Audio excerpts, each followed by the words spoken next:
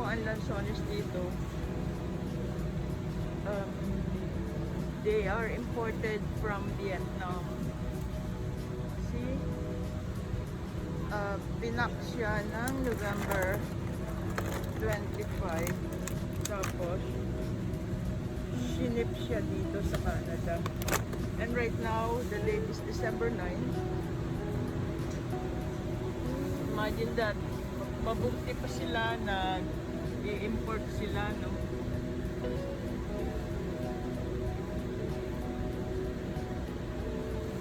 That's from Vietnam. Per package po ay $7.99.